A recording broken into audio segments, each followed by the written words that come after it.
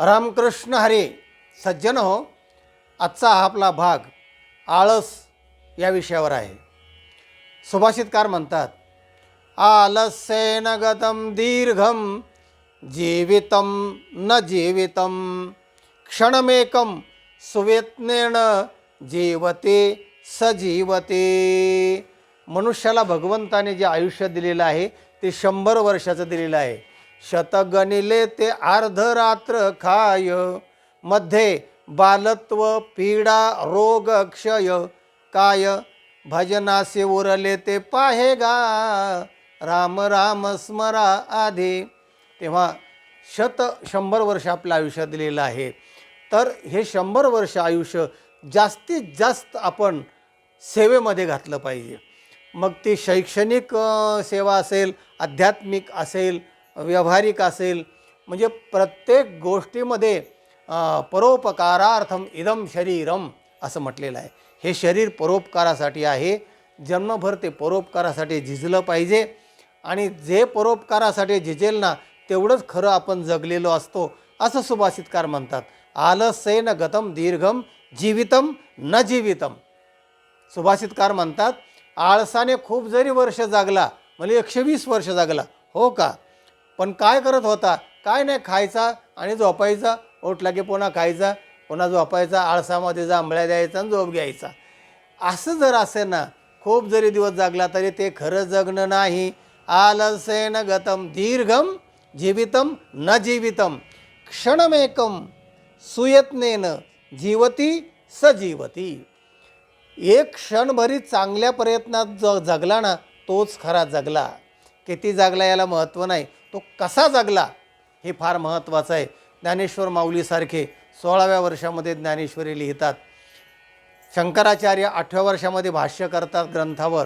हे कमी त्यांचं वय असेल, पण त्यांनी काय केलं हे फार महत्त्वाचं आहे. आणि तो चांगदेव म्हणतात 1400 वर्ष जगला. केलं काय? काय नाही, माणसं जिवंत करत सुटला, वाघावर बसला, सापाचा आसूड केला वगैरे वगैरे. त्याचा समाजाला फारसा उपयोग झाला नाही. तेव्हा योग जो आहे त्याने केला असेल, त्याच्यापुरतं झाला असेल. माऊली तर असं लिहिते, योगाच्या वाटा जे रिगाले गा सुबटा, तया दुःखाचा चिसेल वाटा भागाला. किंवा हरिपाठातसुद्धा म्हटलं आहे, योग याग विधे येणे नो हे सिद्धी, वायाची उपाधी दंभधर्म. तेव्हा असा भक्तिपंथ बहु सोपा संतांनी सांगितला.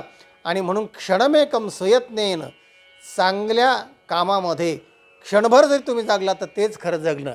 एकाने विचारलं, म्हणजे तुमचं वय का हो? तो मला 10 वर्षाचं. म्हणले, यार तुम्ही तर 60 वर्षाची दिसता. नाही म्हणले, 10 वर्ष मी सत्संगतीत घालवले, चांगल्या कामात जगलो, तेच खरं जगलो. बाकीचे सगळे म्हणले 50 वर्ष असेच गेले, ते गणना करण्यासारखे नसतात. तेव्हा सांगायचा मुद्दा असा, आळस उदास नागवणा, आळस यज्ञ बुडवणा, आळसे दारिद्र्याच्या खुणा प्रगट होते. म्हणून आळस टाकला पाहिजे. आळसे व्यवहार रडे, आळसे परमार्थ बुडे, आळसे दारिद्र्य ओढे निश्चयेसी, म्हणून आळस नसावा तरीच पाविजे वैभवा, अरत्री परत्री जीवा समाधान. तेव्हा आळस टाकला पाहिजे. काही माणसं आळसामध्येच जगतात. आळस इतके आळशी असतात ना, इतके आळशी असतात. एक दृष्टांत आहे. एका जांभळीच्या झाडाखाली एक माणूस पडला होता आणि दुसरा त्याचा जो मित्र होता तो उन्हाच्या तिरमीला जरा बाजूला तिथे पडला होता आणि बसले आळसामध्ये. त्या एक जांभळ त्याच्या जांभळाखालचा जो होता ना त्याच्या या खोलग्यामध्ये पडलं. आणि तरी पण त्याला आळस एवढा की ते जांभळ तोंडात लोटावं असं वाटते, पण त्याला आळस आलेला आहे ना. उंटावर एक माणूस चाललेला होता. त्याला हाक मार, उंटावरची माणूस इकडे या, इकडे या. त्या उंटावर त्याला वाटतं, अरे हे झाडावरून पडलं आहे का काय. ते उंटावरून खाली उतरलं. खाली म्हणलं, काय रे? तेवढं जांभळ ते डोळ्यावर तोंडात लोटा. त्याला असा राग आला ना, अरे काय माणूस म्हणले आळशी हा. त्याला एक चांगली थोबाडात मारली त्याने. तर म्हणतो, तर तो शेजारचा तिकडचा होता ना, तो म्हणतो, आणखीन एक मारा, आणखीन एक मारा. अरे इकडे एक पडलं आहे का काय म्हणाले. म्हणजे काय रे? तर म्हणला, माझ्या तोंडात कुत्रं लघवी करून गेलं तर हाड नाही म्हणला. म्हणजे हा त्याच्यापेक्षा आळशी, बापरे म्हणले चला आपल्या कामाला लागा, यांच्या आळसाच्या नादी लागून आपल्या अंगात घुसन आळस. तेव्हा आळस हा वाढल्याने वाढतो. 6 गोष्टी वाढल्याने वाढतात, त्यात आळसाचा एक नंबर आहे. तेव्हा म्हणून आळस नसावा तरीच पाविजे वैभवा, अरत्री परत्रे जीवा समाधान. तेव्हा संत समाजाची धरावी आवडी, करावी तातडी परमार्थाचे. तेव्हा परमार्थ करा, सत्संग करा, चांगलं वाचन वाचा आणि त्याच्यातच आपल्या जीवनाचं परम कल्याण आहे. हा व्हिडिओ इतरांना पाठवा, लाईक करा आणि ज्यांनी चॅनलला सबस्क्राईब केलं नाही त्यांनी सबस्क्राईब करा. रामकृष्ण हरी.